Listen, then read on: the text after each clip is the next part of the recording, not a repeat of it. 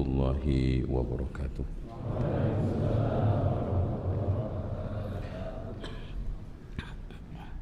Alhamdulillahilladzi arsala rasulahu bil huda wa dinil haqqi liyudhhirahu 'ala dini kullihi walau karihal musyrikun. Ashhadu an la ilaha illallah wahdahu la syarika lah wa anna Muhammadan abduhu wa rasuluh.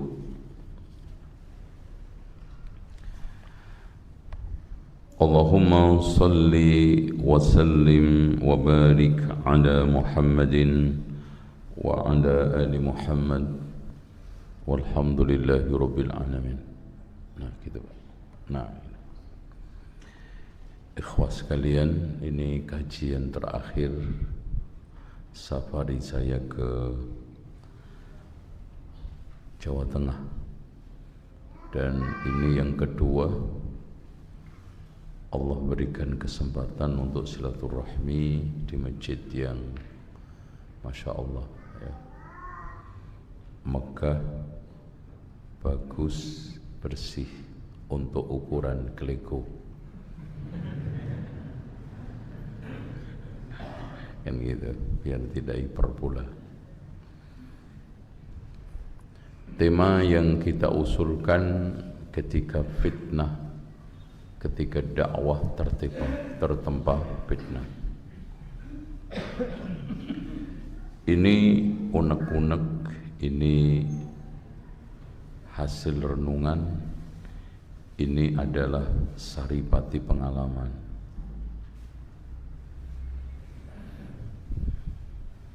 Saya mulai dakwah tahun 1990.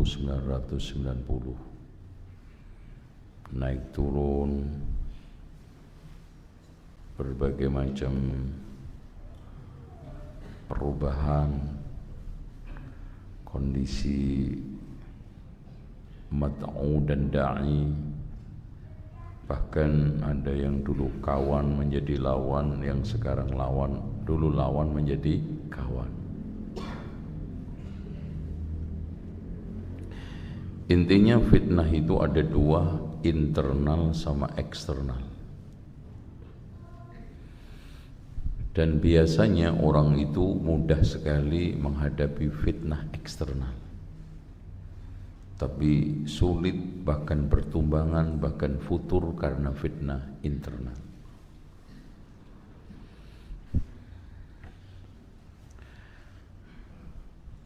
Kita telah mendapati kondisi fitnah yang paling berat menimpa dakwah sunnah, dakwah salafiyah adalah fitnah perpecahan,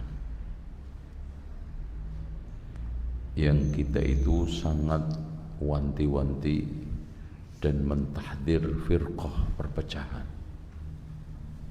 Karena memang setannya dakwah kita itu bukan di rusaknya tauhid dan akidah, tapi di dalam perpecahan. Makanya betul kata Rasulullah sallallahu alaihi wasallam, qad ya'isa asyaitanu ay ya'badahumul musallun. Setan itu putus asa bikin orang sholat nyembah dia, walakin at-tahrish bainahum, akan tetapi mengadu di antara mereka enggak pernah putus asa. Sekup kecil antar individu kadang enggak akor, sama-sama cingkrang, jenggot, tapi saling tidak tegur sapa. Blok-blokan antar pengikut ustadz, ngefan ke ustadz. Masjid pecah, pondok pecah, pengurus yayasan enggak akor. Ini harus diselesaikan, jangan dibiarkan. Jangan sampai kalah dengan ahli bid'ah. Mereka lebih kompak, mereka lebih tulus, mereka lebih setia kawan. Sungguh sangat naib kalau kita udah kecil sedikit tapi selalu tengkar. Makanya Al-Hasanul Basri mengatakan, ya ahli sunnati taraffaqu, wahai ahli sunnah berkasih sayanglah. Fa innakum min aqallin nasi adada, karena kamu akan menjadi umat paling sedikit.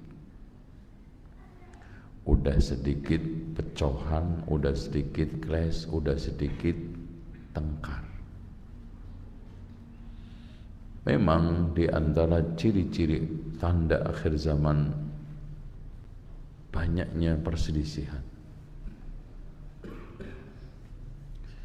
Su'ul jiwar, buruknya ketetanggaan. At-tanahur, saling tubrukan. Firqah, mudah terjadi pecah. Makanya Rasulullah berpesan, wala tadabaru, jangan saling singkur-singkuran. Ya. Tadabur, singkur-singkuran, syukur-syukuran. Terus apa lagi?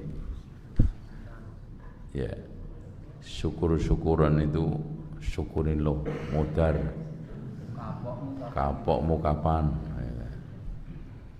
Syukur-syukuran, sungkur-sungkuran, singkur-singkuran. Ketemu melengos, padahal udah berpapasan, enggak salam. Makanya tanda akhir zaman itu taslimul khassa, salam itu hanya disampaikan orang-orang tertentu saja. Dan ini memang pernah digambarkan Rasulullah SAW di dalam hadis Muslim. Innahu lam yakun nabiyyun qabli. Tidaklah ada seorang nabi pun sebelumku illa kana haqqan alaihi ayyadulla ummatahu ala khairin ya'lamuhu lahum. Melainkan pasti menunjukkan kebaikan yang dia ketahui. Makanya yang enggak diajarkan bukan kebaikan. Dan kebaikan itu sudah tamat di tangan para rasul. Jadi enggak usah nambahi, enggak usah ngurangi. Wa yundhiruhum syarra ma ya'lamuhu lahum, dan memperingatkan keburukan yang Nabi itu ketahui untuk umatnya.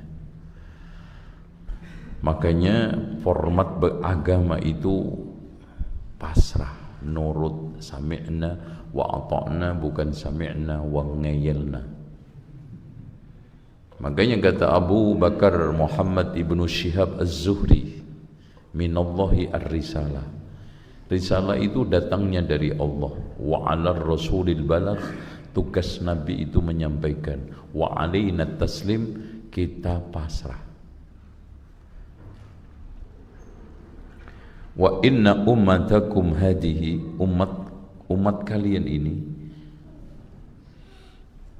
ja'ala afiyataha fi awwaliha, Allah jadikan yang bersih dari fitnah itu yang awal. Wa sayusibu akhiraha bala'un wa umurun tungkirunaha, dan akan menimpa akhir umat ini balaun, berarti musibah, bencana, macam-macam. Wa umurun tungkirunaha, perkara-perkara yang kamu ingkari, maksudnya sulit terima oleh akal. Kok bisa ada orang begitu jadi kiai, ustaz? Contoh Mama Kubron. Kok bisa? Ya bisa aja, karena tuntutan umat. Gitu. Makanya Allah berfirman, wa kadzalika nuwalli ba'dadh-dhalimina ba'dha. Munculnya tokoh itu karena ada umat yang menghadirkan. Makanya pemimpin aja cerminan rakyat toh. Ya kiai juga cerminan rakyat.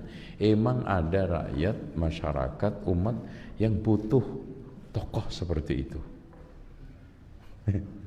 Paham? Itu malah yang dalilnya ngelontok, profesor doktor sekolahnya ngeduk langit sampai Medina, nggak ono pengikuti. Lah itu kan aneh. Tungkiruna, akan muncul perkara-perkara yang kamu udah nggak masuk akal, kamu ingkari, kamu tolak, protes sebetulnya, nggak terima, tapi wujud. Wataji'u fitnatun, muncul fitnah, fayuraqqiqu ba'duha ba'dah. Masya Allah. Jadi fitnah itu bikin tipis, nggak sensitif lagi, karena susul menyusul fitnah. Fitnah bid'ah, mungkin kita udah nggak sensitif lagi sama bid'ah, sama biasa. Maksiat, dosa di depan mata kita. Dulu Pak, zaman Rasulullah ada wanita telanjang di jalan. Oh jangankan telanjang, buka rambut aja itu rame. Sekarang biasa. Antum juga pelototin, astagfirullah, cuman mulutnya. Itu. Itu. Wataji'ul fitnah, muncul fitnah. Fayaqulul mu'min hadihi mahlakati. Ini mungkin yang menghancurkan. Ini mungkin yang membuat kematian saya. Ini yang nanti akan merusak saya. Fitnah yang orang nggak tahan terima. Sumatang kasyif, alhamdulillah lolos. Wataji'ul fitnah, alhamdulillah selamat. Muncul lagi. Ya. Dulu selamat dari tokoh aneh-aneh, alhamdulillah. Muncul lagi. Dan setiap itu fitnah muncul, seorang mukmin yang ingin menjaga imanan, hadi, ini kayaknya yang menghancurkan saya, ini kayak yang bikin lemah iman saya. Kuncinya sekarang. Makanya setiap Rasulullah menjelaskan keburukan, Rasulullah jelaskan solusinya. Sehingga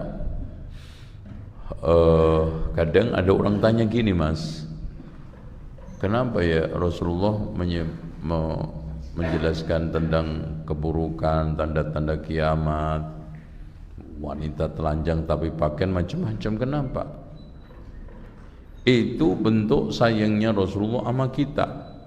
Persis seperti orang tua yang ingin melepas anaknya pergi ke suatu tempat yang orang tuanya itu nggak pernah ke sana, tapi tahu gambarannya. Nah, nanti kalau kamu sampai di suatu tempat tikungan bahaya, hati-hati ya, licin di sana, tanjakan, banyak kendaraan yang ngeblong. Kemudian nanti.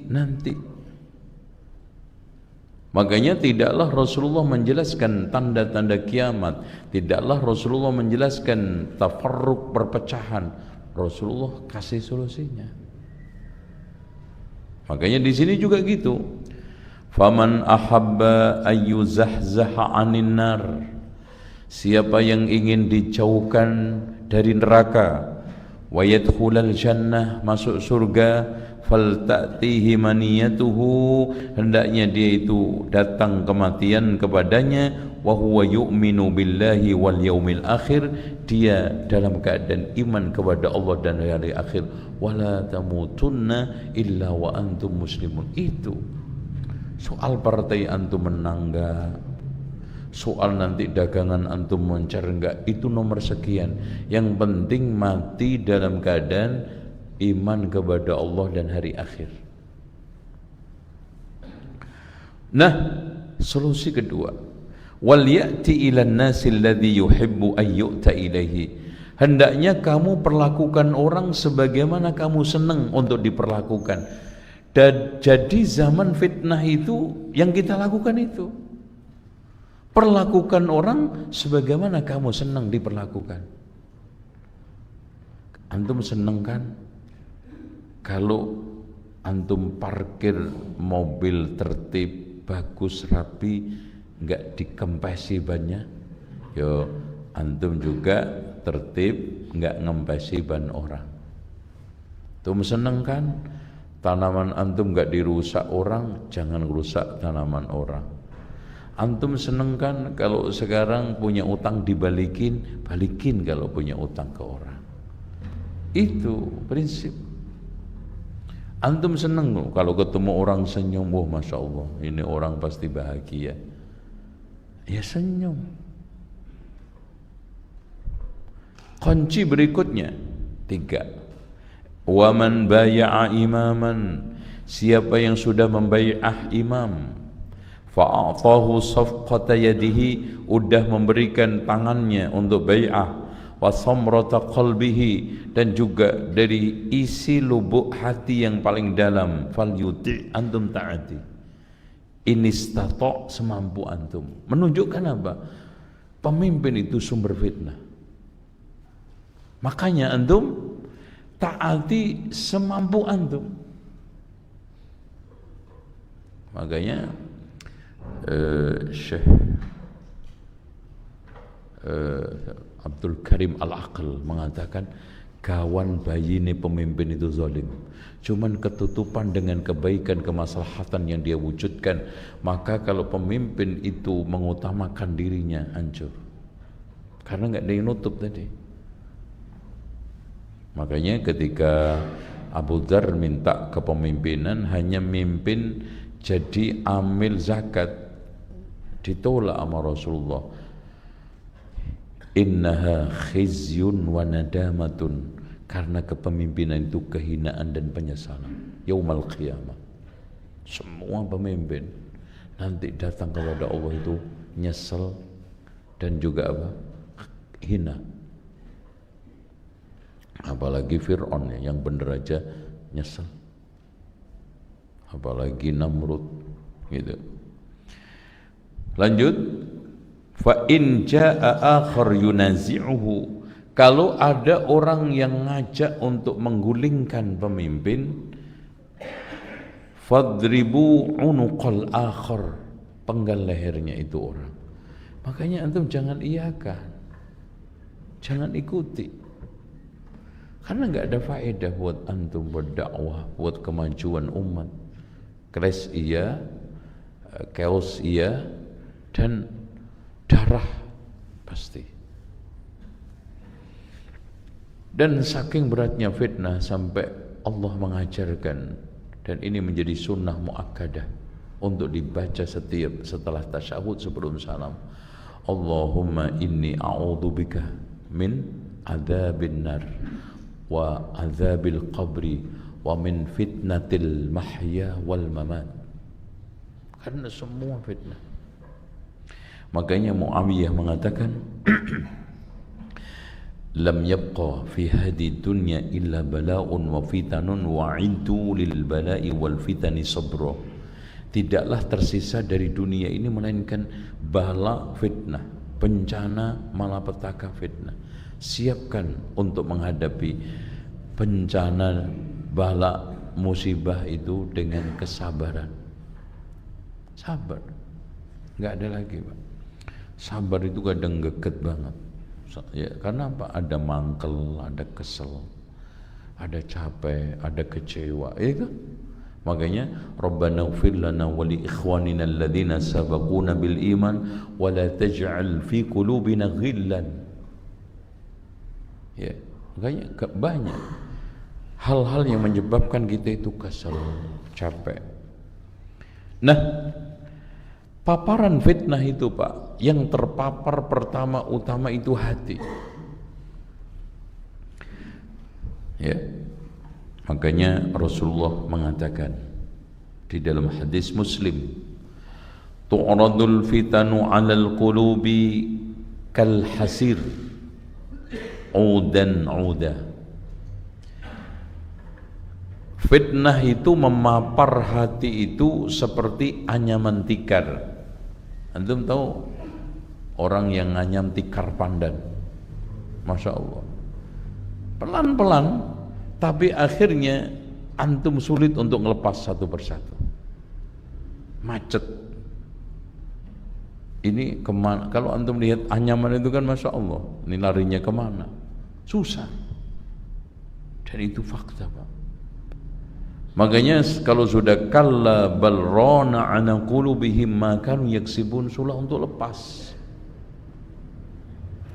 Makanya hadis Rasulullah di dalam hadis yang keluarkan oleh Imam Abu Dawud, innas sa'ida laman junibal fitan, innas sa'ida laman junibal fitan. Sesungguhnya orang yang paling bahagia adalah orang yang dihindarkan dari fitnah. Sesungguhnya orang yang paling bahagia adalah orang yang dihindarkan dari fitnah.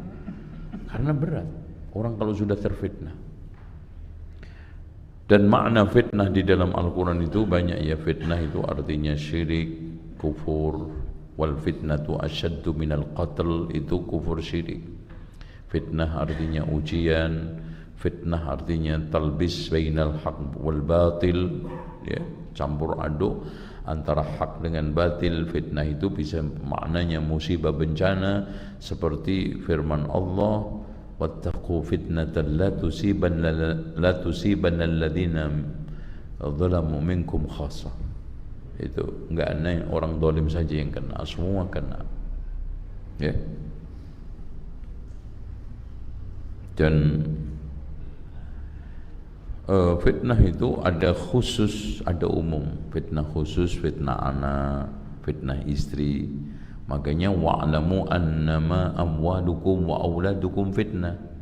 Fitnahnya anak itu dijelaskan oleh Rasulullah, al-waladu mabkhalatun, ya. Al-waladu mahzanatun, bikin sedih orang tua. Majbanatun, bikin pengecut orang tua. Mabkhalatun, bikin bakhil orang tua. Maftanatun, datangkan fitnah orang tua. Dan itu nyata. Istri juga begitu, bisa jadi musuh kan, aduwan lakum. Inna min azwajikum wa auladikum aduwan. Itu. Nabi Nuh aja musuhnya siapa? Istri. Nabi Lut musuhnya siapa? Istri. Itu. Paham nggak? Kok melototin saya lo? Itu. Karena gue ngingetin aja tuh. Emang lo merasa lo? Gitu. Oke.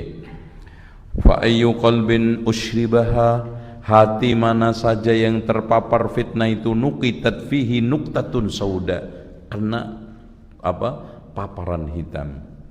Wa ayyu qalbin ankaraha, hati mana saja dia mengingkarinya, nuqitat fi nuqtatun bayda, maka akan terpapar dengan paparan putih, hatta tasiru ana qalbain, sampai hati itu terbelah menjadi dua, ala abyad mislas safa fala tadurruhu fitnatun madamatis samawati wal ard. Putih bersih, enggak akan gampang terpapar fitnah, tidak terbahayakan fitnah. Hati siapa? Hati yang mengandung ilmu, iman, takwa, amal. Makanya dari sekalian, orang itu kalau ilmu amalnya bagus, akidahnya bagus, nggak ada masalah, semua itu fitnah.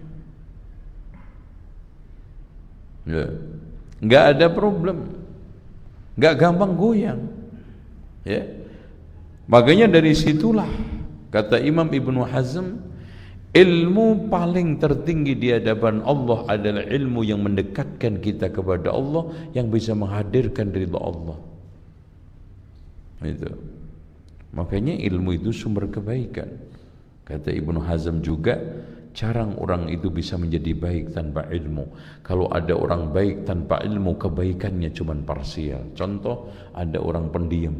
Baik nggak pendiam itu? Iya, baik nggak Pak? Udah adem, yang panas mana? Orang pendiam baik nggak? Tapi kalau nggak pakai ilmu, kecewa dikit, dendam, nyantet. Itu kan, diem-diem, nyantet, kan itu. Karena nggak punya ilmu. Ada orang dermawan, baik nggak? Oh tuh, nggak pakai ilmu, nyawer ke itu. Karena apa? Nggak didasari ilmu.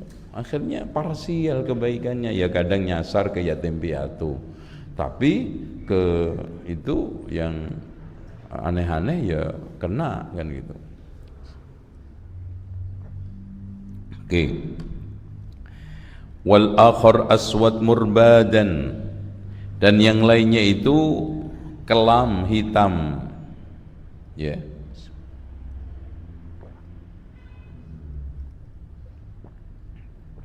udah kelam, hitam, kata Rasulullah kalkuzi muskhia, seperti gelas telungkup. Bisa nggak diisi? Enggak bisa. Manfaat enggak. Ini hati orang yang sudah terpapar fitnah kayak gelas kotor hitam letek telungkup. La ya'rifu ma'rufa, tidak mengenal lagi yang ma'ruf, wala yungkiru munkara, tidak bisa lagi mengingkari kemungkaran. Udah enggak kenal mana yang ma'ruf, mana yang mungkar. Illa ma usyriba min hawa, kecuali dorongan hawa nafsunya. Jadi baik menurut nafsunya, jelek menurut nafsunya. Makanya betul kata Sufyan ibnu Sulaim, nanti akan datang suatu zaman yang menjadi ukuran utama manusia adalah perutnya, dan hawa nafsu menjadi standar agamanya. Betul. Sekarang perut, agama orang itu banyak di perut sekarang, Pak. Perut kenyang, imannya kuat. Lapar, lemah. Itu Yazid wa yanqus. Makanya kadang-kadang Masya Allah di beberapa daerah itu agama itu kayak ganti baju, bisa ganti 2 kali sehari. Karena mana yang menyenangkan, ngasih makan, ganti kayak baju, Masya Allah. Nah itu fitnah. Oke, sekarang hadirin sekalian, ada fitnah umum ya. Fitnah umum itu diantaranya satu, fitnatul bid'ah wal khurafat wasyirkiyat. Bahkan ini sudah menjadi hal yang sangat lumrah, bahkan dilegalkan. Bid'ah, khurafat, syirik dilegalkan ya. Dan kalau enggak apa ya, kalau di amar ma'ruf nahi mungkar dikasih istilah supaya enggak dilarang, kearifan lokal maupun nahi ya. Padahal bid'ah itu syirik. Bahkan ada orang dengar bid'ah itu dilarang, itu anti. Padahal Rasulullah sendiri aja khutbah aja belum apa-apa udah fa inna khaira bagaimana? Fa inna kulla muhdatsatin bid'ah. Fa inna kulla bid'atin dhalalah, fa inna kulla dhalalatin finnar. Itu. Yang kedua, menguasai musuh kepada kaum muslimin. Jadi sekarang umat yang mayoritas ini terkalahkan oleh segelintir orang di ekonominya, politiknya, sosialnya, bahkan di pengaruh dakwahnya. Nah itu.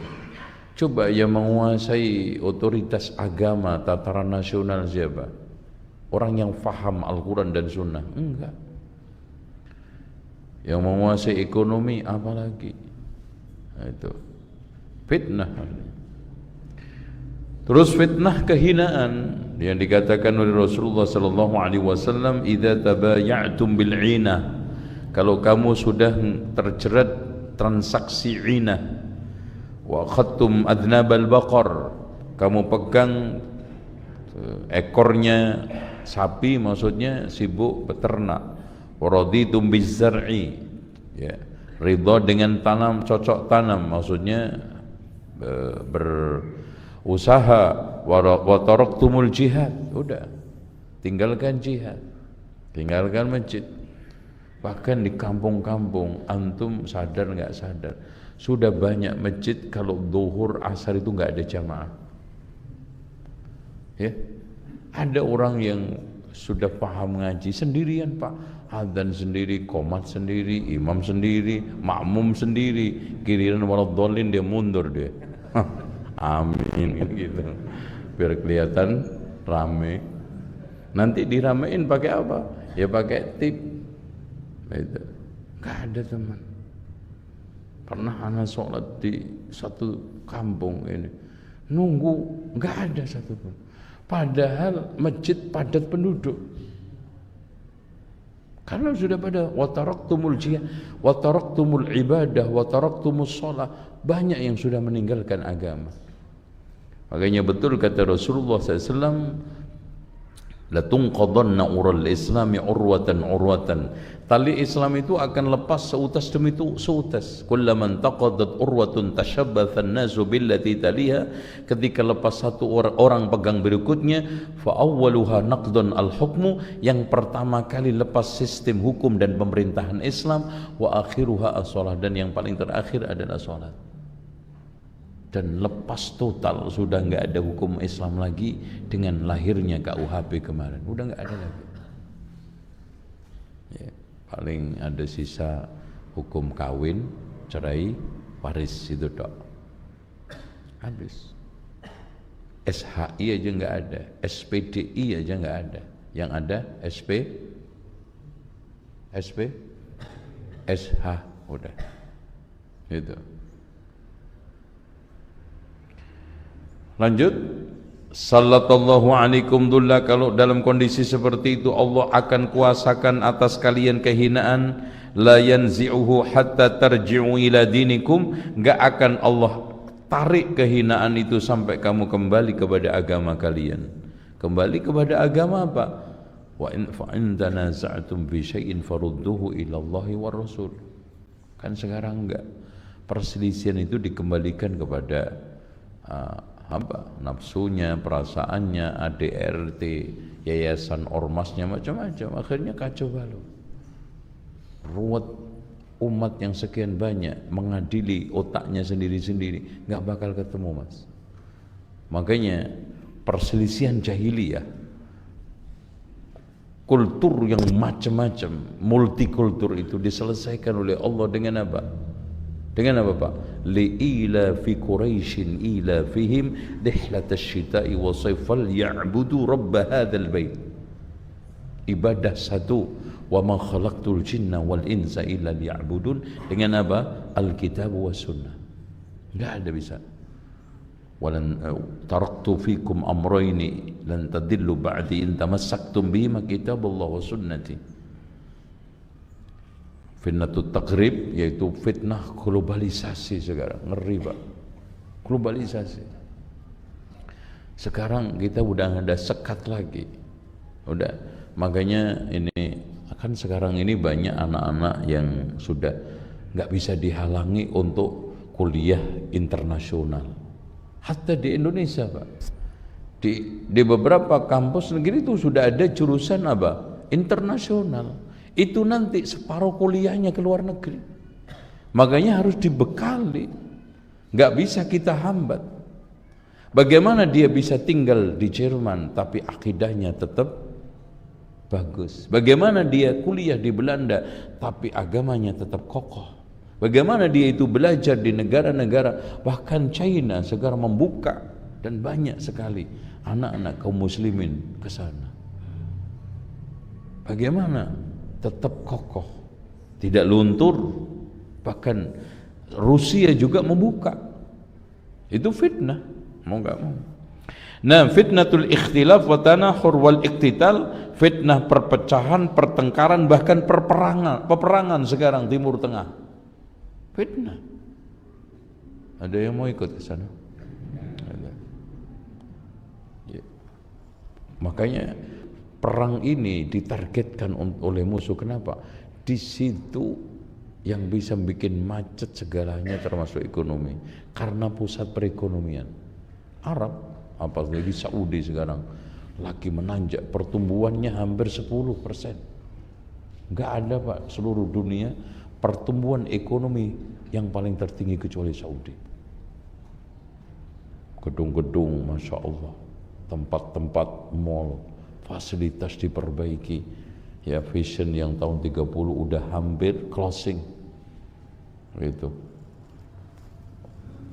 Dan yang hebat, Pak, sekarang ini banyak pusat-pusat ekonomi muncul di Saudi. Dihantam. Minyak itu 300 tahun loh, Pak, yang sudah digali itu.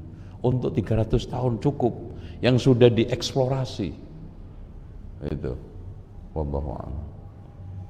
Silakan antum adzan.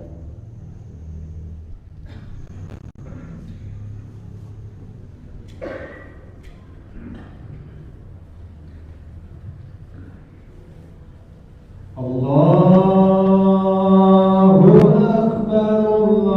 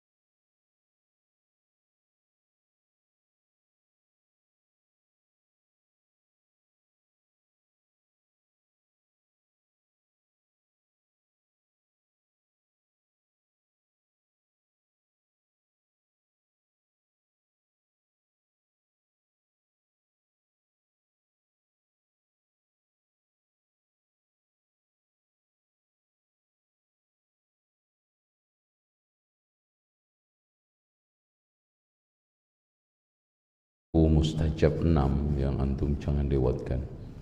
Yang pertama adalah ketika malam tersisa sepertiga terakhir, itu ya. Kemudian yang kedua ketika saat setelah adzan langsung ya baca salawat, kemudian Allahumma rabb hadhihi da'wati tammah. Kemudian ma bainal adzani wal iqamah, antara adzan dan iqamah. Kemudian di belakang salat, maksudnya setelah tasyahud sebelum salam. Itu Masya Allah dahsyat. Makanya Rasulullah sampai menganjurkan kita fal yad'u bima yu'jibuhu, hendaknya berdoa dengan apa saja yang dia kagumi.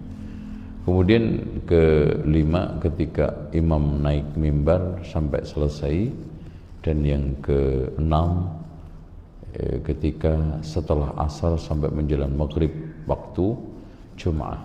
6 itu antum manfaatkan dengan baik.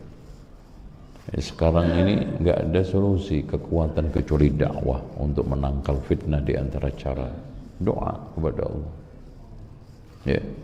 Antum dapat kesulitan, berdoa. Antum dapat tantangan dakwah, berdoa. Rumah tangga antum ruwet, berdoa. Bisnis antum bangkrut, berdoa.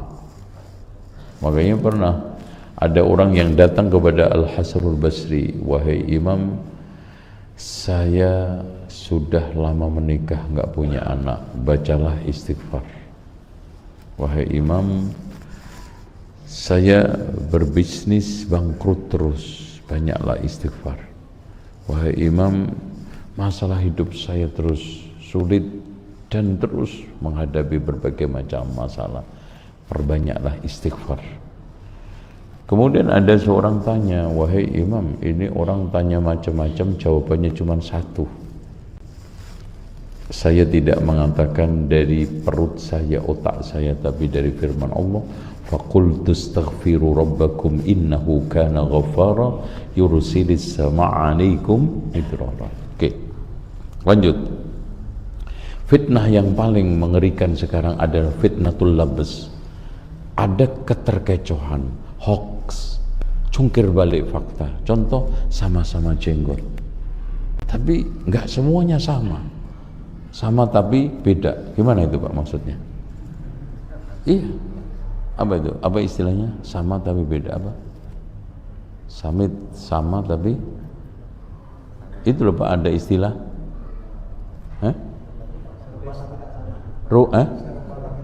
Serupa tapi nggak sama. Iya. Dan itu fitnah. Akhirnya kita selalu jadi sasaran tuduhan. Wah, ini kayaknya sama dengan ono. Itu. Padahal beda jauh. Bahkan mereka itu loh, nahdir kita nggak salam sama kita. Di kalangan orang awam disamain. Itu. Sakitnya rasanya di sini.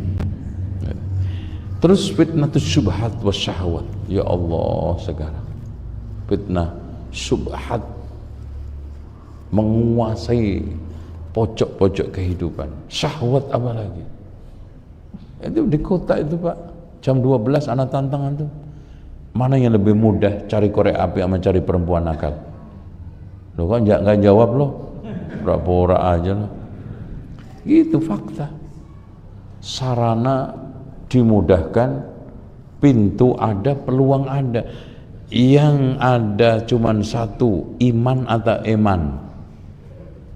Ya, iman atau eman? Loh, itu eman. Parah sampai nih, parah ya, sentek ya ini. Oh, itu.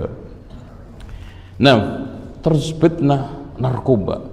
Ajib Pak, Indonesia itu ternyata segitiga emas. Coba bayangkan sekali masuk 6 ton. Yang kemarin rame-rame divonis awak kapal, itu kita tersibukkan dengan awak kapal yang divonis mati. Yang 6 ton itu kemana? Ngeri. Jadi kayak impor beras Pak. Padahal di negara Saudi aja Pak, masuk itu cuma 3 gram aja, itu mati. Mati 3 gram. Mati. Nggak ada di Saudi itu peduli mau yang make mau bandar. Mati. Itu. Fitnah perempuan sekarang, Masya Allah. Jadi di mana sekarang perempuan itu hedonis, terus kemudian masuk ke dalam nudisme. Apa itu? Budaya senang telanjang.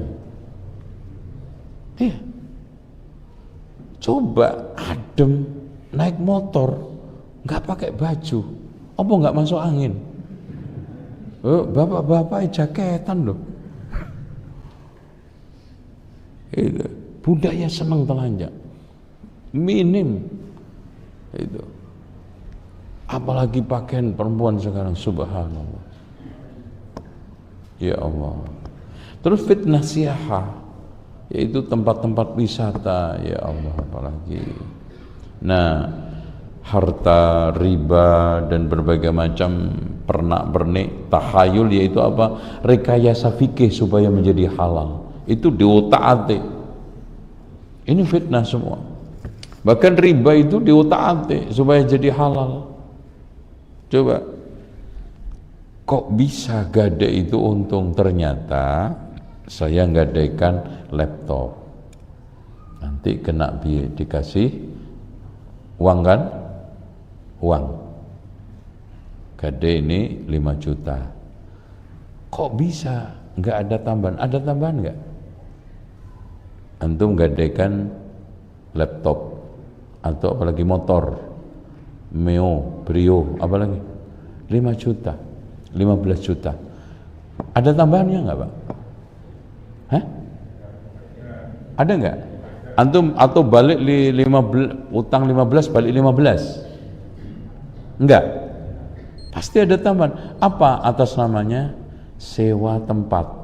Nah, itu. Jadi ini bukan tambahan dari 15 juta, tapi sewa tempat untuk ngeletakin laptop. Atau ini duit 15 juta disewakan selama 5 bulan, ongkos sewanya kayak rental mobil.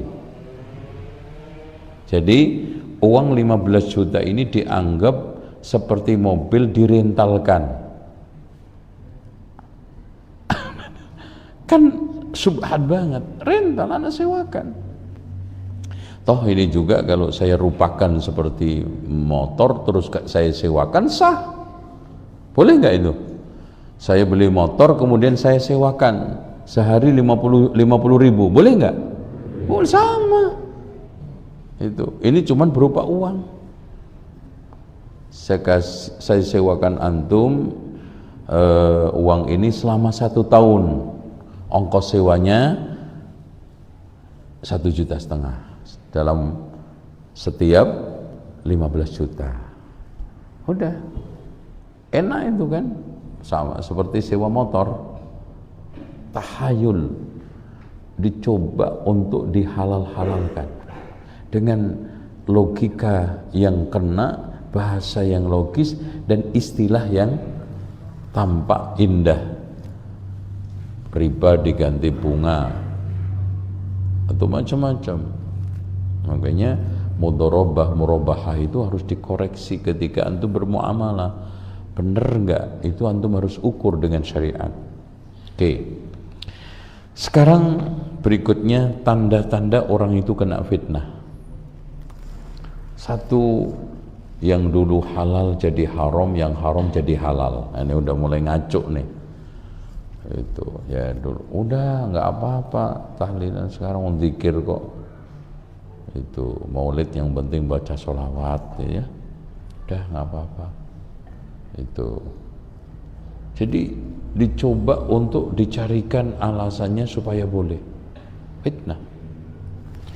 Yang kedua, at-talawun fid din, berwarna-warni, berganti-ganti wajah dalam beragama. Itu jadi merek agamanya setiap tahun itu ganti. Itu kemarin wajahnya ikut A, sekarang B, sekarang C. Masya Allah. Itu kadang-kadang ikhwani, kadang-kadang tabliki, kadang-kadang salafi. Itu supaya bisa diterima semua dengan alasan merangkul netral. Yang ketiga, suka ngikutin yang subhat-subhat. Nah itu. Jadi kalau orang itu sudah ngikutin yang subhat-subhat, itu udah mulai pintu fitnah masuk ke dunia. Oh, aslinya yang muhkam itu yang jelas itu banyak. Kok kenapa nyari-nyari yang subhat? Tuh. Nah, yang keempat, mulai mentolerir banyak yang dulu dilarang, yang dia anti, yang dia haramkan, ditolerir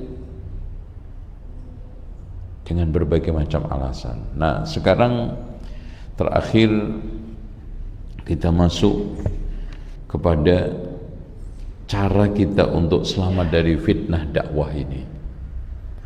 Yang pertama, Pak, al-i'tisam bil kitabi was sunnah zahiran wa batina. Antum berpegang teguh dengan Al-Quran dan Sunnah, insyaallah istiqamah.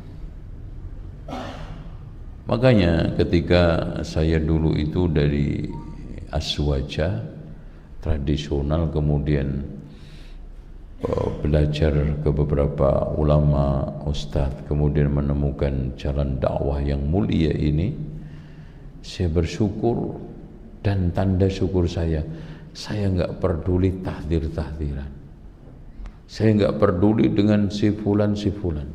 Yang penting fokus saya belajar kitab dan sunnah. Usulus salasah dihatamkan, kasfus syubhat dikatamkan, kitabut tauhid dikatamkan, akidah wasidiyah dikatamkan, lum'atul i'tiqad kita kuasai, bulughul maram dikaji, lu'lu' wal marjan juga dikaji, Sahih Bukhari. Udah itu aja. A'rifil haqqa ta'rif ahlah, kata Ali, kenalilah kebenaran, kamu akan kenal siapa yang benar. Lo baru ngaji sik piye wis dibahas takdir itu loh Pak. Dadi apa sampean? Sik piye kotok itu. Yang dibahas takdir langsung. Jadi apa?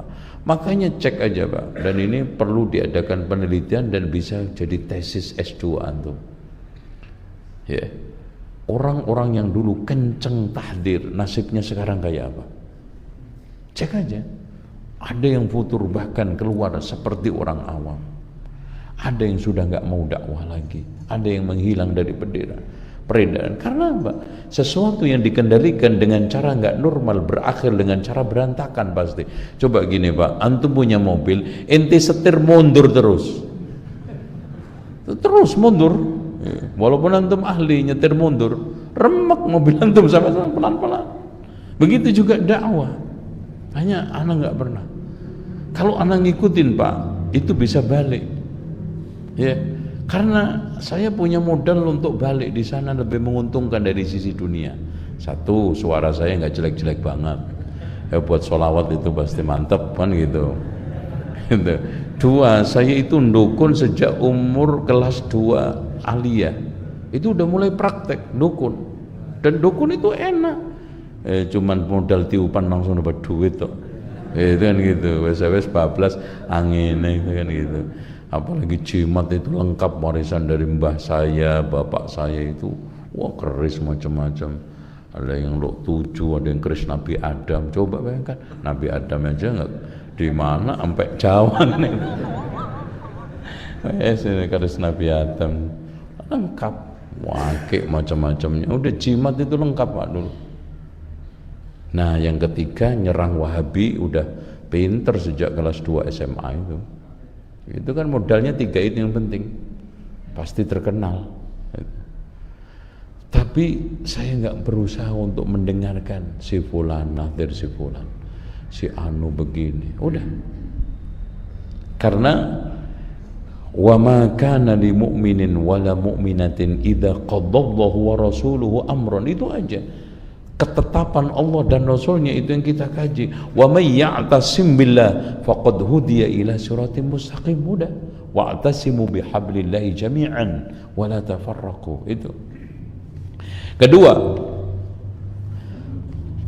cara jalan selamat untuk menyelamatkan diri dari fitnah yang kedua adalah at-tafaqquh fiddin, belajar terus. Makanya Allah memberikan ciri Rabbani itu, walakin kunu rabbaniyina bima kuntum tu'allimuna al-kitab wa bima kuntum tadrusun. Belajar mengajar itu ciri Rabbani, nggak ada berhenti. Kenapa belajar itu nggak boleh berhenti? Pertama, manusia itu penuh dengan kekurangan ilmu. Kedua, yang lupa lebih banyak daripada yang ingat. Dan yang ketiga, Masya Allah, ilmu itu melimpah. Makanya kata para ulama, seperti Abu Zaid di dalam kitab Hilyah Talibil Ilm, ilmu itu ada 3 lapis. Lapisan pertama pantai, orang baru nginjak cingkrak-cingkrak, cetek, makin ke dalam, ternyata tenggelam. Makin ke sana nggak ketahuan ujungnya, pinggirnya. Itu ilmu. Makanya man arada dunya fa'alaihi bil ilm. Siapa yang ingin dunia, hendaknya dengan ilmunya. Wa man arada al akhirah fa'alaihi bil ilmi. Kata Imam Syafi'i, ilmu. Pokoknya antum sibukkan thalabul ilmi. Karena Rasulullah SAW mengatakan, may yuridillahu bi khairan yufaqihu fid din. Ya. Makanya entah daurah, entah ini kesempatan antum umroh di Mekah, Madinah selalu ada daras, antum hadirin, sempetin. Nah ini juga panitia kajian itu juga gitu. Jangan antum sibuk jadi panitia tapi nggak ngaji. Ya, ikut ngaji. Ya, antum jadi dapat pahala double. Ngatur kajian, ngatur parkir, ikut ngaji, dapat ilmu, Masya Allah. Itu. Karena penyakit di Jakarta nggak tahu di sini. Giliran panitia, kajian nggak ikut, jadi lepas. Makanya sibuk ngatur kajian tapi nggak pernah dapat hasil kajian, itu rugi, khasarah. Itu seperti orang mathalul ladzi yu'allimun nasal khaira wa yansa nafsahu kamathalil qatilah, seperti lilin. Nah, walladzina jahadu fina lanahdiyannahum subulana. Yang ketiga, iqamatu syairatil amri bil ma'ruf wan nahyi anil munkar. Terus antum menegakkan syiar amar ma'ruf nahi munkar dengan apa? Dakwah, dengan kajian terus. Antum jangan lengah, antum jangan tertarik hanyut dengan orang lain sudah mulai ngadakan ini ngadakan itu. Enggak ada, Pak. Yang paling terbaik dari zaman dahulu sampai sekarang adalah kajian. Makanya Rasulullah SAW mengatakan, idza marartum biryadil jannati farta'u. Jika di antara kalian melewati taman surga, hendaknya bersimpuh. Wa qila wa ma riyadul jannah. Rasulullah ditanya apa yang dimaksudkan riyadul jannah, halqatud dzikri, halaqah dzikir. Itu enggak ada. Bahkan ada sekelompok malaikat yang datang dari majelis lalu datang kepada Allah. Kan malaikat-malaikat muqarrabun itu dekat dengan Allah. Bahkan hadis Muslim menyebutkan wa dzakarahumullahu fi man indahu, dituturkan nama-nama itu di sisi malaikat muqarrabun itu. Nah, sedang apa hambaku? Sedang berzikir kepadamu. Maksudnya zikir di situ adalah kajian. Halaqah zikir itu halaqatul ilmi, seperti yang dikatakan Atha al-Khurasani. Kemudian mereka sedang mengagungkanmu. Ketahuilah wahai malaikat, mereka itu aku ampuni. Ya Allah, ada datang cuman lewat, ada yang datang cuman iseng. Humul julasa'u la yashqa bihim jalisuhum. Mereka itu tetap mendapatkan keberuntungan berkat yang serius. Jadi antum tidur aja dapat, main-main dapat, karena ada yang serius 1-2 aja cukup. Ya, nggak apa-apa antum tidur, yang lainnya penting ada 1 aja serius. Keterlaluan. Ya. Oke. Selanjutnya di sini nomor 4, as-sa'yu ila izalati asbabiha, berusaha untuk menghilangkan sebab-sebab fitnah. Ya, itu mantu usahakan. Oh, di sini fitnahnya gara-gara perempuan, hindari. Fitnah gara-gara chatting, hindari. Fitnah gara-gara antum berteman dengan fulan, putus. Antum usahakan untuk memutus mata rantai fitnah. Kalau enggak seperti COVID, lebih dahsyat daripada COVID. Ya, untuk supaya tidak teluran COVID kan apa? Diputus mata rantai COVID itu kan. Sama fitnah itu. Nah, yang kelima, al-hadar min kaidil a'da. Kita harus terus waspada terhadap tipu daya musuh, baik internal maupun eksternal, yang siap terus-menerus menghancurkan kaum muslimin. Di Indonesia aliran sesat mana yang senang sama salaf? Gak ada satu pun.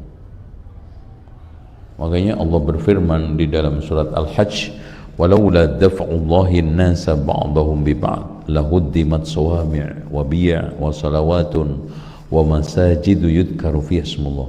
Kalau bukan karena penolakan Allah, kantor Allah, perlindungan Allah, hancur tempat-tempat ibadah, masjid. Alhamdulillah, Masya Allah, Pak, saya itu hanya pertolongan Allah. Kalau bukan karena pertolongan Allah, mungkin udah habis. Kita bahas bid'ah, syirik, khurafat di radio, kadang-kadang di YouTube. Tapi alhamdulillah Allah jaga. Itu ini ayat ini. Makanya pernah ada yang curhat sama saya, Ustaz, gimana solusinya Ustaz? Kenapa? Anak dituduh Wahabi, Ustaz, padahal baru kontrak. Mas antum dituduh Wahabi kelas komplek, anak itu kelas YouTube. Tenang aja loh. Itu kecil gitu loh. Kadang-kadang baru dituduh ketua RT aja greges, diomongin tetangga langsung meriang. Ada kelas RT, ya Allah, aneh itu YouTube dan main-main Gembong Wahabi, lihat aja itu siapa itu ya. Tapi kalau saya mah prinsipnya senyumin aja terus dakwah. Wong orang sesat aja berprinsip biarpun anjing menggonggong kafilah tetap berlalu. Lah kalau orang sekarang berdakwah nggak mau resiko loh, wong nyopet aja loh mas, ono resiko nih ada kan, iya nggak? Begal motor aja itu resikonya berat loh mas, ketimbang dakwah ini, iya nggak? Iya, curamor itu ketemu langsung dikasih salam olahraga kok itu. Loh antum alhamdulillah aman nyaman, ngaji juga pakai ruangan AC, pulang dapat berkat bungkusan, seneng kan itu. Oke ya, itu umpamanya gitu loh Pak. Jadi nah, di sini coba antum lihat aliran sesat di Indonesia, kebatinan aja itu ribuan, rekod ribuan. Wah, antum lihat aja bagaimana aktivitas Rafidhah di Indonesia dengan kasus ini kemarin perang Timur Tengah. Semua. Dan antum jangan ngelongkro, antum harus semangat untuk menebarkan kebaikan kepada mereka. Itu. Nah, sekarang jalan keluar untuk supaya kita tetap istiqomah di atas fitnah. Satu, al-audah. Jadi untuk tetap istiqomah di saat dakwah tertimpa fitnah, terterpa fitnah. Satu, al-audah as-sadiqah ila Allah, kembali kepada Allah benar-benar dengan jujur zahir batin, dengan taubat, menjalankan perintahnya, meninggalkan larangan, itu kembali kepada Allah dengan cara apa? Taubat, jalankan perintah, larangan. Makanya antum cek aja Pak, semua nabi ketika saat kepepet itu kembali kepada Allah. Nabi Ibrahim ketika diancam Namrud mau dibakar, hasbunallah wa ni'mal wakil. Nabi Muhammad ketika diancam akan diserang ribu pasukan, padahal udah habis-habisan, banyak yang luka, mati pasukannya, hasbunallah wa ni'mal wakil. Lihat antum bagaimana keadaan Nabi Lut yang sudah hampir nyaris rumahnya dikeroyok sama LGBT. Dia tadarru kembali kepada Allah, tadarra'u walakin qasad qulubuhum. Wa laqad akhadnahum bil adab fastakanu li rabbihim wa ma yatadarra'un wa mastakanu li rabbihim. Mereka diadab Allah karena famastakanu li rabbihim. Enggak sakinah kepada Allah, tenang kepada Allah. Wa ma yatadarra'un, tidak kembali tadarru kepada Allah. Ya, ud'u rabbakum tadarru'an wa khufyah. Di tahajud antum, di qiyam antum, di doa-doa antum mohon kepada Allah supaya dakwah ini diselamatkan, supaya dai-dai ini dengan berbagai macam kelasnya itu diberikan istiqomah. Antum pernah enggak sujud mendoakan ustaz-ustaz yang mendakwakan sunnah? Antum syukurin, nyungsep. Ya. Terus kemudian yang kedua, al-iksar minal ibadah wal amali soleh. Solusi utama supaya kita istiqomah di zaman fitnah, perbanyak ibadah dan amal soleh. Makanya Rasulullah mengatakan sona'iul ma'ruf taqi masari'as su wal afat wal halakat. Perbuatan baik bisa mencegah petaka kehancuran dan juga kerusakan keburukan. Amal soleh. Makanya al-ibadah fil haraj kahijratin ilayya. Ibadah pada waktu kekacauan fitnah seperti hijrah kepadaku, kata Rasulullah SAW. Kemudian yang keberapa? Oh ya, wasta'inu bis-sabri kan gitu. Wasta'inu bis-sabri was-shalah. Itu untuk apa, Pak? Ngilangin berbagai macam gundah gulana, fitnah. Wasta'inu bis-sabri was-shalah. Sabar, salat, sabar itu terus antum pakai untuk supaya antum kokoh kuat di tengah banyak fitnah ini. Biar nggak gampang ngelungkru, nggak gampang mundur, nggak gampang apa ya mas, melemah, terus akhirnya futur itu loh maksudnya kan. Masya Allah Pak, hati kita hidup di negeri kita ini seperti roti bolu diletakkan di tong sampah itu Pak. Awet nggak kira-kira? Oh gampang beracun itu. Kalau antum nggak jaga sedikit aja, udah langsung dirubung bakteri macam-macam, rusak semua. Kayaknya antum coba sekarang nggak ngaji aja sebulan. Makanya kata Imam Ibnu Qayyim, sumber kehancuran orang itu menyanyiakan dua perkara, hati dan waktu. Makanya Allah kumpulkan, wala tuti man aghfalna qalbahu an dzikrina wattaba'a hawahu wa kana amruhu furuta. Karena menyanyiakan waktu membuahkan mengikuti hawa nafsu, menyanyiakan hati menghasilkan sifat lalai. Kalau nafsu lalai menguasai orang, mau apa lagi? Wa kana amruhu furuta, hancur. Gini aja, anak kasih contoh. Coba antum nggak ngaji 3 bulan, sholat sembarangan 3 bulan, wis kena, alhamdulillah nggak kena ya wis. Terus pagi-pagi habis sarapan chatting janda. Terus kemudian setelah zuhur berangkat mancing, pulang menjelang maghrib. Habis itu main kartu, kalau enggak karambol catur. Terus itu antum gimana tuh? Cek nasibnya, hati antum hancur. Oh yang kita rawat setiap hari aja itu Masya Allah kadang, ya Allah. Melebu pasar tok aja loh Mas, rusak. Apa neh melebu dia gedung bioskop, apa neh diskotik. Loh kok ada kiai ditanya kenapa ke diskotik, nguji iman. Wah imannya kuat banget nih. Waduh, nguji iman, Masya Allah. Diuji di masjid aja lewat apa neh di diskotik. Makanya pernah anak diisengin sama teman, ya enggak begitu kuat ke salafnya, cuman satu kampung. Ustaz mau ikut enggak? Kemana? Anak tablik ini. Kemana?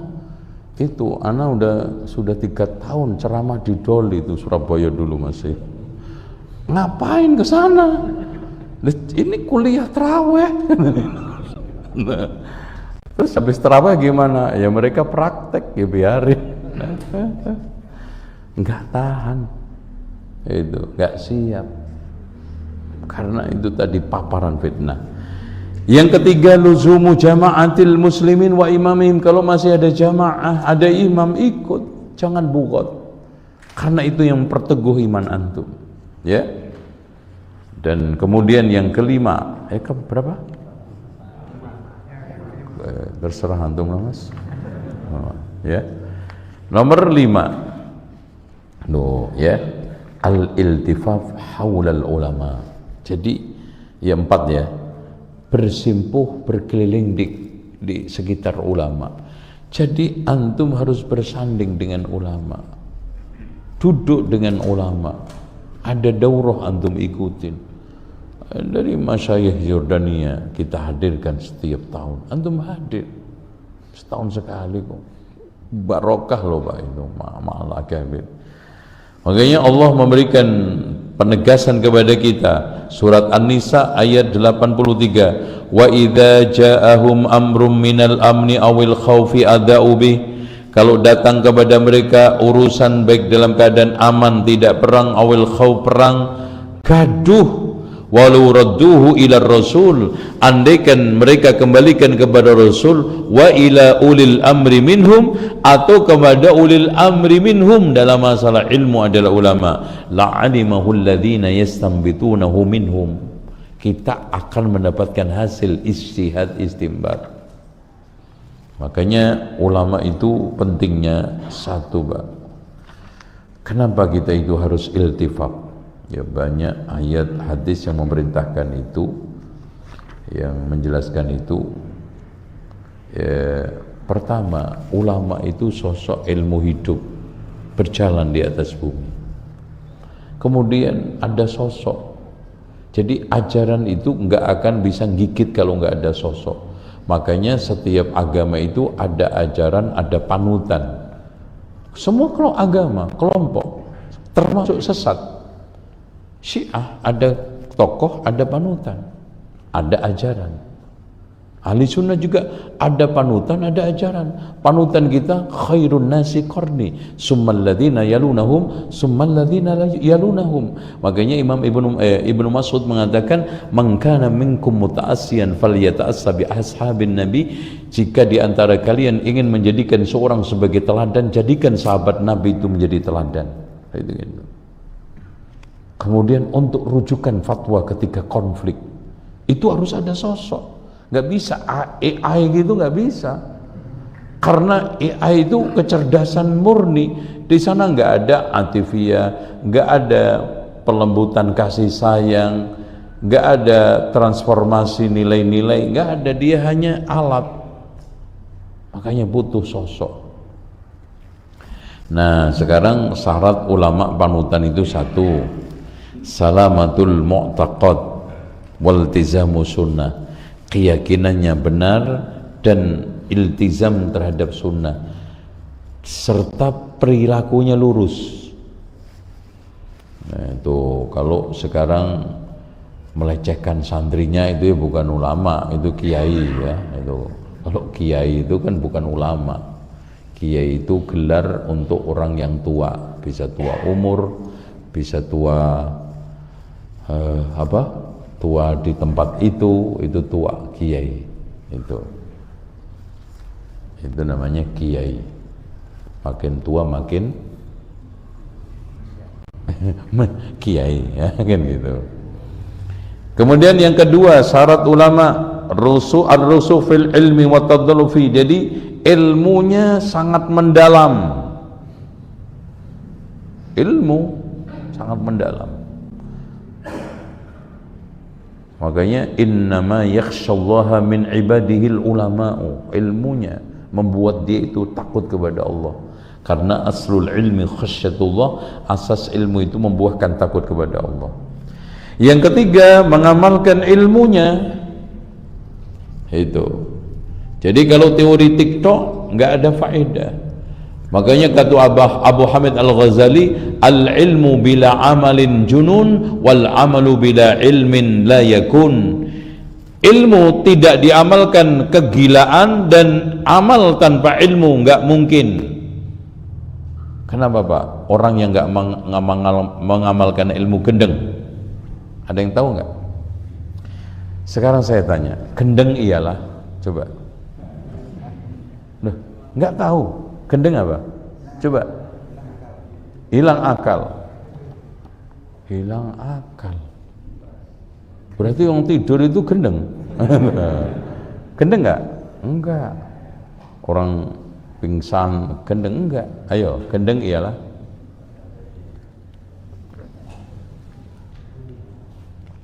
Gendeng ialah ketika ada masalah tidak mampu menghentikan, bahkan membiarkan, itu gila.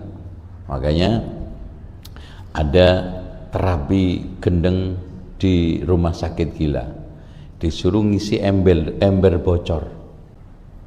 Kalau diisi terus berarti gendeng. Kalau udah mulai tanya, kok kenapa ya saya isi nggak penuh-penuh, nah mulai waras nih. Berarti dia sudah menangkap adanya masalah yang harus dihentikan. Kan masalah Pak, ilmu nggak diamalkan itu ya gendeng lah. Makanya Rasulullah diberikan oleh Allah sifat ma anta bi ni'mati rabbika bimajnun, ma anta bi ni'mati rabbika bimajnun. Sungguh engkau dengan nikmat Allah yaitu Islam enggak gila, karena Rasulullah mengamalkan seluruh titah Allah. Bahkan ketika Aisyah ditanya tentang akhlaknya Rasulullah, khuluquhul Quran. Tuh, kalau begini Pak, kayaknya banyak orang gendeng di Indonesia. Iya, ilmu nggak diamalkan itu kegilaan. Siapa yang ngomong? Abu Hamid Al-Ghazali di dalam kitab Ayyuhal Walad. Al-ilmu bila amalin jununun wal amalu bila ilmin la yakun. Terus wirai, menjaga diri, takut kepada Allah, itu ciri ulama. Bayanul haq wa adamu kitmanihi, menjelaskan kebenaran apa adanya, itu ulama. Makanya ulama itu tegar di dalam menyampaikan kebenaran apapun resikonya, dan amar ma'ruf nahi mungkar, sehingga la yakhafu laumata laim, enggak takut celaan orang yang mencela, ancaman orang yang mengancam, hinaan orang yang menghina, tetap konsisten. Itu ulama. Dan ulama ciri yang berikutnya adalah menghindari fitnah dan tempat-tempat syubhat. Luka ada ulama sobone gedung film, ya maaf, itu bukan tempat yang menumbuhkan keyakinan, kebaikan murni kan. Bahkan Umar bin Khattab mengatakan, man arrada nafsahu mawaqi'at tuham fala yalumanna man asa'a bihi dhann. Siapa yang menjeburkan dirinya ke dalam hal-hal yang meragukan, jangan salahkan kalau ada orang suudzon. Tuh ya, cukup. Dan sekarang berikutnya nomor berapa? Nomor 5 ya. Di antara kiat untuk menyelamatkan kita ketika diterpa fitnah, luzumut ta'anni wa tu'adah wassabat. Kita harus pegang sikap kehati-hatian, tidak sembrono dan tegar di dalam memegang kebenaran. Hati-hati, coba bayangkan Pak, kadang-kadang di sosmed itu bener ternyata hoax. Iya, Masya Allah, zaman penuh dengan kebohongan, kedustaan. Karena Rasulullah sendiri mengatakan, sayati 'alan nasi sanawatun khadda'at, akan datang pada manusia zaman penuh dengan keterkecohan. Dan bahkan ada hadis panjang bunyinya gini, di antara nanti kan Rasulullah Isra Mi'raj ditunjukkan orang yang disiksa macam-macam. Di antaranya ada orang yang disiksa ditusuk dari rahang kanan tembus kiri, kiri ke kanan sampai kitoknya gini. Siapa mereka? Jibril. Huwallazi yaktibu bikidbatin yablughu bihal afaq. Dia itu berbuat satu kedustaan langsung menyebar ke seantero dunia. Subhanallah, ternyata sosmed. Iya, dulu sahabat ketika mendengarkan hadis ini, kok gimana ya, berdusta langsung nyebar ke seantero dunia. Gimana tuh zaman Rasul ya? Sekarang subhanallah, langsung viral, yang nonton 5.000, sampai Jepang, nyampe Amerika, nyampe Saudi. Subhanallah. Itu makanya orang-orang seperti ini Masya Allah, nanti siksaannya itu, hadis ini ada di dalam Bukhari dan Muslim. Ditusuk rahang kanan tembus kitok kiri, kiri ke kanan. Kata Rasulullah, huwallazi yakdzibu bikidbatin yablughu bihal afaq, nyampe seantero dunia. Itu makanya antum jangan kerusa-kerusu, jangan kesusu-susu, jangan cepat memvonis, jangan gampang terpengaruh, nge-share gitu loh. Diperhatikan dulu ya, karena Masya Allah ngeri sosmed itu ya. Kadang kita udah yakini bener banget, ternyata hoax. Itu akhirnya apa? Banyak tengkar dengan sesuatu yang nggak ada, nggak nyata. Itu apalagi pertengkaran di sosmed itu pasti, satu, tidak dengan cara yang beradab, dua, menjawab tidak pakai ilmu, tiga, kapasitasnya nggak ada. 4, menjawab segala sesuatu dengan wawasan yang tidak memadai. Makanya akhirnya apa? Debat kusir ngawur, ayel-ayelan. Sing pinter ngeyel menang. Bukan sing pinter, sing betah. Betah. Di pagi sampai sore ngeyel di WA tuh grup, menang dia. Ya yang aduh udah deh males kalah gitu. Makanya sekarang bukan bener salah tapi menang kalah itu. Makanya hati-hati. Nomor 6, luzumus sabri wal musabarah, sabar. Dengar ini sabar. Ada dengar ustadz pondoknya ditutup, sabar. Wah, dapat sekarang fitnah, mendirikan pondok nggak boleh, sabar. Mendirikan masjid dihambat, sabar. Udah, insya Allah semua pasti akan dijawab oleh Allah. Seperti sabrun ala Yasir fa inna mau'idakumul jannah. Sabarlah wahai keluarga Yasir, nanti balasan kamu surga. Nomor 7, kaful yadi wal lisan, menahan tangan dan lisan. Terutama ini Pak, sosmed. Tahan banget ini. Wa mulazamatul bait inda wurudil fitnah. Jadi antum sering-sering di rumah. Jadi jangan keluar kalau nggak penting. Itu solusi. Antum keluar apa di luar? Ya paling fitnah perempuan, pengen jajan, ngiler jam tangan, ngiler HP baru. Itu mendingan di rumah. Aman. Terus kalau nggak jalan-jalan kan nggak cepet lapar, jadi awet. Kan gitu. Makanya dikatakan miskin itu miskin karena sakana, tenang di rumah, nggak kemana-mana. Itu miskin itu dari kalimat sakan. Terus nomor 8, at-tasabbut fi naqlil akhbar, harus penuh klarifikasi tasabbut ketika ingin menyebarkan berita. Dan jangan mengikuti kasak kusuk, jangan mengikuti berita-berita yang nggak jelas. Itu aja, nggak jelas berita. Ada yang ngikutin sampai mentelang berita ini, berita itu, ujungnya hilang. Itu apalagi korupsi itu Pak, beritanya selalu akan ditangkap, sebentar lagi sampai nggak ditangkap. Antum ngikutin pusing sendiri. Itu. Makanya man kana yu'minu billahi wal yaumil akhir falyakul khairan aw liyasmut. Nomor 9, mujanabatul fitan wahtiras min asbabiha, menghindari fitnah dan sebab-sebabnya. Makanya sampai Rasulullah mengatakan takunu fitnatun wal qa'idu fiha khairun min wan naimu fiha khairun minal yaqdan, yang tidur lebih baik daripada yang bangun. Artinya yang aktif dengan yang pasif, pasif itu lebih baik. Wal yaqdan khairun minal qa'im, yang bangun lebih baik daripada yang berdiri. Wal qa'im khairun minas sa'i, yang berdiri lebih baik daripada yang berlari.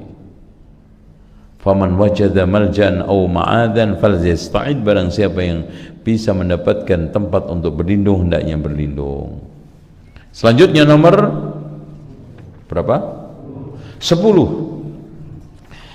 Di antara cara untuk menghindari fitnah adalah tahqiq mabda'il ukhuwah islamiyah haqqah, mewujudkan pilar-pilar ukhuwah yang benar. Jadi kita wujudkan pilar-pilar ukhuwah ini. Innamal mu'minuna ikhwatun. Berarti di sini nyatu enggak nyatu yang penting beriman, atau iman enggak iman yang penting bersatu. Mana yang benar? Wis enggak betah Mas sampean. Lamparan wis enggak sanggup. Iman enggak iman yang penting bersatu, atau bersatu enggak bersatu yang penting beriman? Iya. Kita yang dasar utamanya adalah iman. Kalau antum sekarang cuman bersatu, enggak mempertimbangkan keimanan, ketakwaan, mabda, maka seperti persatuan mikrolet. Warnanya sama, jurusan sama, sopirnya beda-beda, tengkar tuh di tengah jalan. Dulu Pak. Makanya di sini betul-betul innamal mu'minuna ikhwatun itu kita bedah dengan baik, kita bikin pondasi itu kuat sehingga ukhuwah itu awet. Nomor 11, waspadalah terhadap penerapan nas-nas tentang prediksi zaman akhir kepada kasus-kasus tertentu. Jadi jangan bermudah-mudah untuk menerapkan hadis-hadis akhir zaman untuk kasus tertentu. Wah, kayaknya perang Iran ini sebentar lagi Mahdi keluar nih. Gitu. Tanda-tandanya, dicari-cari itu. Wah, ini kayaknya Presiden Suriah itu calon Imam Mahdi itu dengan dasar hadis ini. Jangan. Rasulullah aja nggak menjelaskan secara spesifik. Makanya hadis tentang Mahdi, hadis tentang ada perilaku seperti ini, tanda ini, para ulama Rabbani tidak pernah memfokuskan ini pada zaman ini untuk si fulan.